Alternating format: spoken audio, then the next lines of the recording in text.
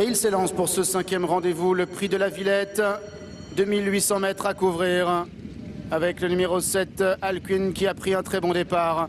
Il a à son extérieur le numéro 8, Maiden Voyage, et également à la corde le numéro 6, Glockenspiel, alors que le numéro 5, Luminosa, est en 4e position. Il y a du rythme en tête sous l'impulsion du numéro 7, Alcuin, qui compte maintenant 2, 3, 4, 5 longueurs d'avance, alors qu'ils viennent de passer devant le moulin de Longchamp et aborde désormais pratiquement le début de la ligne opposée. Et le leader qui s'en va, qui maintenant a une vingtaine de longueurs sur un peloton qui reste là, avec le numéro 8, Maiden Voyage, associé à Fabrice Véron. Luminosa est en 3e position. Glockenspiel est 4e avec le numéro 2 Karlstad qui vient à son intérieur et Mount Popa qui vient à son extérieur, alors que le numéro 4 Diluvien est en avant-dernière position devant le numéro 1 Vimont qui ferme la marche. L'allure qui est toujours aussi régulière sur ce parcours long pourtant de 2800 mètres, avec toujours Alcuin qui est aux avant-postes et qui seul en tête va passer derrière le Petit Bois, comptant maintenant une cinquantaine de mètres sur un peloton emmené par le numéro 8 Maiden Voyage qui a Luminosa à son extérieur et Glockenspiel dans son dos, alors que le favori Mount Popa, Kazakh Niarchos, est en 5e position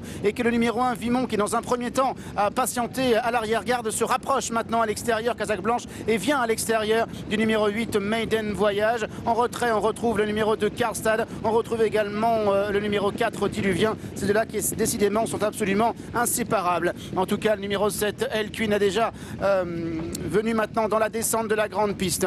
Les autres concurrents qui sont maintenant à nette distance, avec Vimont, avec en 3e position Maiden Voyage, en 4e position Luminosa, avec le numéro 3 Mount Popa devant Glockenspiel et le numéro 2 Karlstad, alors que le numéro 4 Diluvien est toujours en dernière position, alors qu'Alcuin, le numéro 7, est toujours en tête, alors qu'il est bientôt dans le bas de la descente de la grande piste. Vimont est là en 3e position, le numéro 8 Maiden Voyage, en 4e position le numéro 5 Luminosa, devant le numéro 3 Mount Popa, le 6 Glockenspiel qui vient toujours à distance, ainsi que le numéro 4 Diluvien et le numéro 2 Karlstad, Kazakh rouge et blanc, qui vient toujours à sa hauteur. Et en dernière position, Alcuin qui a le meilleur, le numéro 7 Eddie Ardouin, avec toujours à distance le numéro 1 Vimont. En 3e position, Maiden Voyage dans son dos, Luminosa devant Mount Popa, avec Glockenspiel qui vient toujours à l'intérieur, devant le numéro 4 Diluvien et le numéro 2 Karlstad qui est toujours en retrait, alors qu'Alcuin va sortir maintenant de la fausse ligne droite et déboucher maintenant dans la dernière ligne droite à environ 500 mètres du but. Est-ce que le peloton va pouvoir venir chercher Alcuin, qui est encore à l'avantage très sérieux, alors qu'il repart de plus belle maintenant? Alcuin avec à distance Glockenspiel qui refait du terrain côté corde, Luminosa qui vient à l'extérieur, Mount Popa qui est lancé en dehors, avec le numéro 8 Maiden Voyage qui maintenant est en 5e position. Alcuin, le numéro 7, qui à 200 mètres du but a toujours une très confortable avance sur Mount Popa qui vient à distance 2e sur Glockenspiel qui vient ensuite à la corde. Alcuin qui va le faire de bout en bout, s'imposant ici avec beaucoup d'autorité. Alcuin qui va triompher, Mount Popa est 2e, 3e place pour le numéro 4 Diluvien devant le numéro 6 Glockenspiel.